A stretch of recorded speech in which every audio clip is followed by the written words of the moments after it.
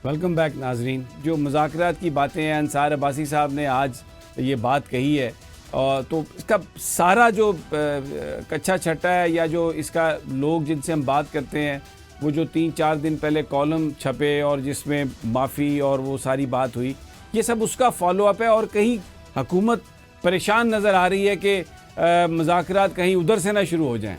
Do you agree with this? सबसे पहले तो मैं हसन अयूब का बहुत मशहूर हूँ कि इनकी वजह से मुझे सब्र करना आ गया। और दूसरी चीज़ ये है कि मैं एक आपको दिलचस्प बात सुनाऊँ। अमानुल्लाह खान साहब स्टेज के बड़े अदाकार थे। वो कहते हैं एक दफ़ा मैं जा रहा था तो मुझे नाके पे पुलिस ने रोक लिया और कहते मुंह सूंघाओ। तो मैंने कहा पहले तुम सूंघाओ।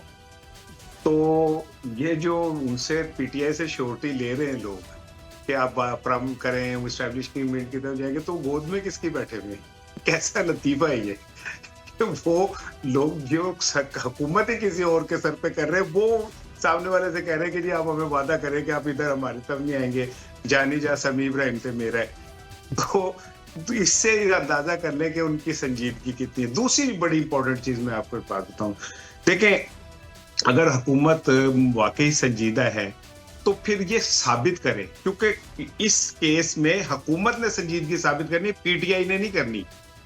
पीटीआई विक्टिम है, तो हुकूमत ये दावा करती है कि वो इस पोजीशन में है कि पीटीआई को कोई रिलीफ दे सकते हैं। तो पहले देख के एतमाद बनाए। लास्ट टाइम जब मुज़ाकरात हुए थे, तो जिस दिन मुज़ाकरात हो रहे थे उस दिन रात आपने उनके सेक्रेटरी के घर पे छापा मार के गए और वो पता नहीं गिरफ्तारियां कर ली थी और क्या किया था। या तो ये बात हमें तय कर लेनी चाहिए कि जो हुकूमत है वो मुज़ाकरात का मतलब ये लेती है कि हम थोड़ा सा टाइम लें और उसके बाद जहां हमें मौका मिले हम वहां पे रगड़ा लगा दें। और दूसरी बात ये कि देखें, ये अभी जो हसन भाई कह रहे थे कि वो पकड़े गए, इससे सम पता चलता है वो ये वो, तो इसका मतलब एक फार्मूला तय हो गया कि जो ना पकड़ा जाए वो किसी और का है, पकड़ा जाए जो वो पीटीआई का है। यानी कि जो पीटीआई का होगा उससे पकड़ा ही जाएगा, बाहर वही होगा जो किसी और का होगा।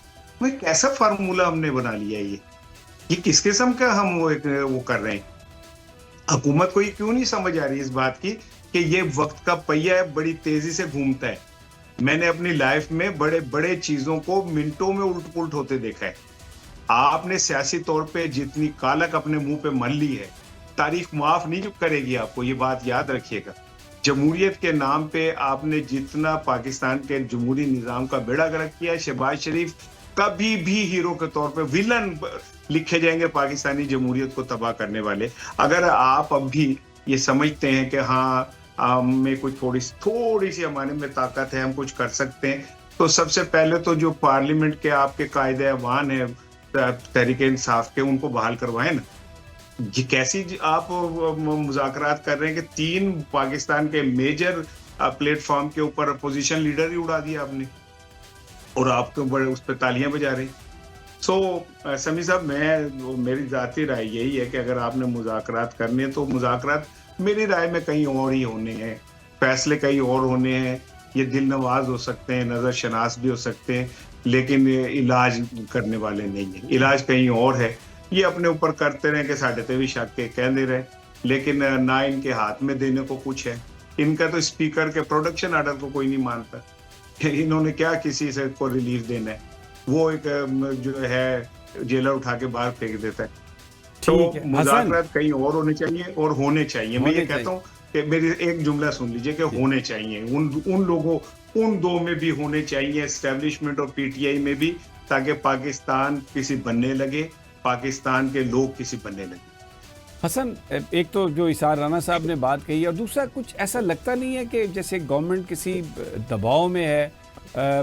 मैं सुन रहा था राना साहब को, वो कह रहे थे कि जनाब मजाक, हम किसी को ना हम बाईपास करेंगे, और मैं राना सनाउल्लाह की बात कर रहा हूँ, और ना किसी को बाईपास करने देंगे।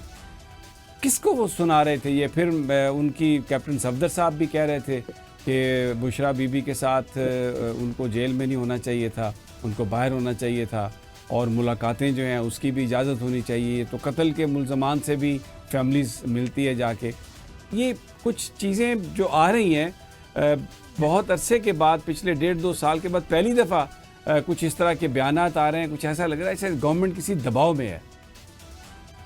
ये दबाव में नहीं है, दबाव तो खत्म हो चुका है जी। अब तो ना डिफॉल्ट का खतरा है और ना ही इस वक्त कोई हिंदुस्तान के साथ कशीदगी उस लेवल के ऊपर है कि आप समझेंगे कि आजकल में कोई दोबारा कोई झड़प होने वाली है। दबाव क्या होगा? इस वक्त तो 5 अगस्त की जो कॉल थी जिसने नुक्ता अरूज पर होना था वो इंतहाई कमजोर साबित हुई और ऐसी कॉल देकर तहरीक इंसाफ ने अपनी ऑन स्ट्रीट जो मसल था उसको मजीद कमजोर जाहिर किया है। और सेनेट के इलेक्शंस के अंदर भी जिस तरीके से दानिशमंदी का सबूत दिया अली मीन गड्ढापुर ने, उन्होंने अपनी हुकूमत को एक लिहाज से प्रोटेक्ट किया कि मेरे खिलाफ कहीं वोट ऑफ नो कॉन्फिडेंस फौरी तौर पर ना आ जाए, जब मुझे कहीं एतमाद का वोट ना लेना पड़ जाए, क्योंकि उसमें खतरात मौजूद थे। तहरीक इंसाफ के अपने उम्मीदवार जो है अगर ये सीट एडजस्टमेंट ना करते तो उनके इलेक्शन हारने के।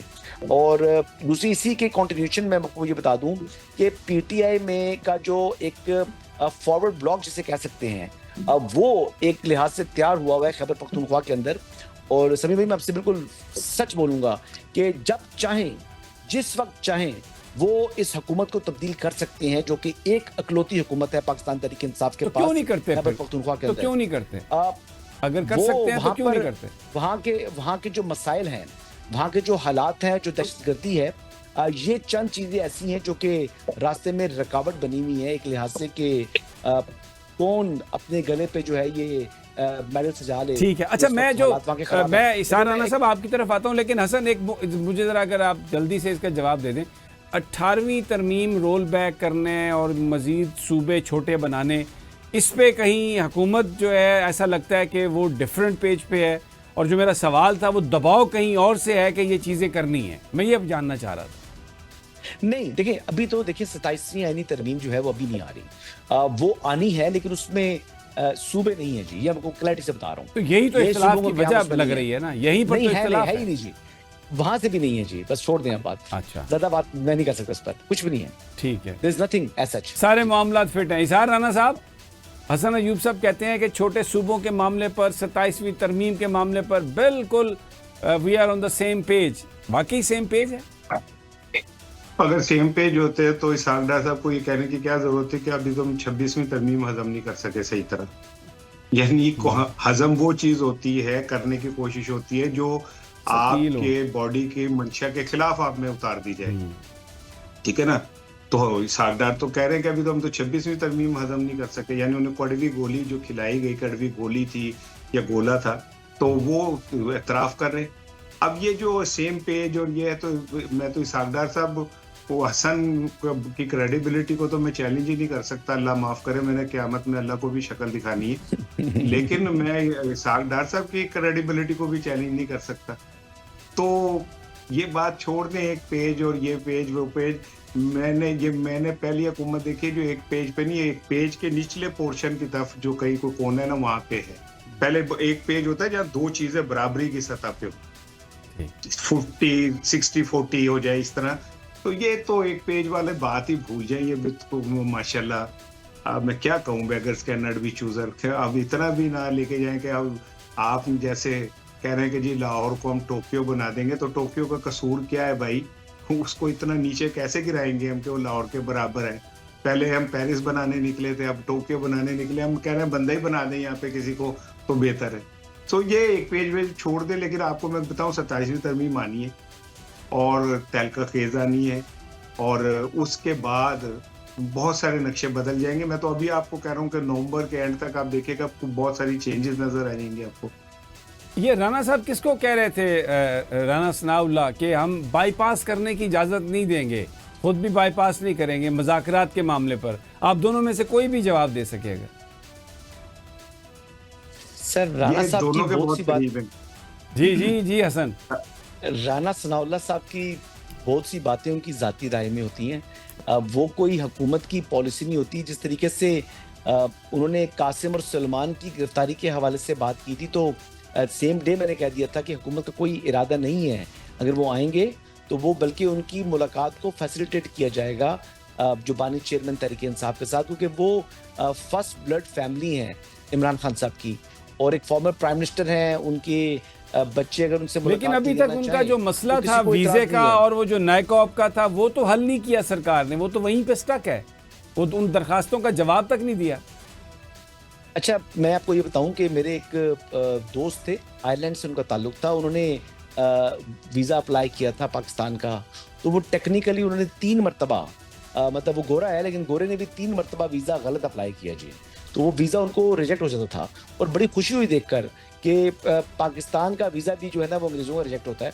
तो मैंने तो वो भी देखा हुआ है अपनी रिसेंटली, इन दिनों की बात है, मैं पिछले 3 महीने पुरानी बात कर रहा हूँ। तो यहाँ तक ये चीज़ें भी हैं, तो उनको थोड़ा कॉम्प्लिकेटेड है जी ये जो ऑनलाइन वीज़ा सिस्टम उन्होंने नया मुतारफ कराया। अब वॉक इन वीज़ा पासपोर्ट आप फिजिकल सबमिट नहीं कराते। वो क्या वजह बनी है, वो क्यों है, मेरे पास इस हवाले से अपडेट्स नहीं है, लेकिन उनके पाकिस्तान आने के हवाले से भी कोई इशू नहीं है, उनको फैसिलिटेट कर दिया जाएगा जी। इसार अगर वो आना राना साहब, चाहें, तो वो आ योर सकते हैं। कमेंट आखिरी मिनट में है, योर लास्ट कमेंट सर। देखें, राना सनाउल्लाह जो है ना मुस्लिम लीग नून में पीटीआई ग्रुप है, और वो हमेशा एक ऐसी बात कर जाते हैं जो ये सोच भी नहीं सकते। राना सनाउल्लाह ने बहुत सारे मौकों पर इमरान खान को एक्सेप्ट किया कि वो बहादुर आदमी है, उसने जेल काट ली। बहुत जगह उन्होंने दबे लफ्जों में ये भी कहा कि हाँ, फॉर्म 47 का मामला बिल्कुल ठीक है।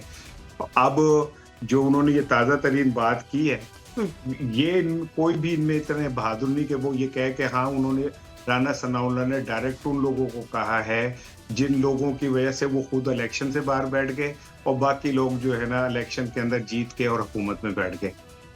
लेकिन हसन की अगर ये बात मान लूं कि उनकी ये जाती राय होती है, तो वो तो बहुत सारे मौकों पे ऐसा क्रिटिकल पॉलिसी बयान दे देते हैं कि जिसको शहबाज शरीफ साहब की भी जरूरत नहीं होती डिनाई करने की।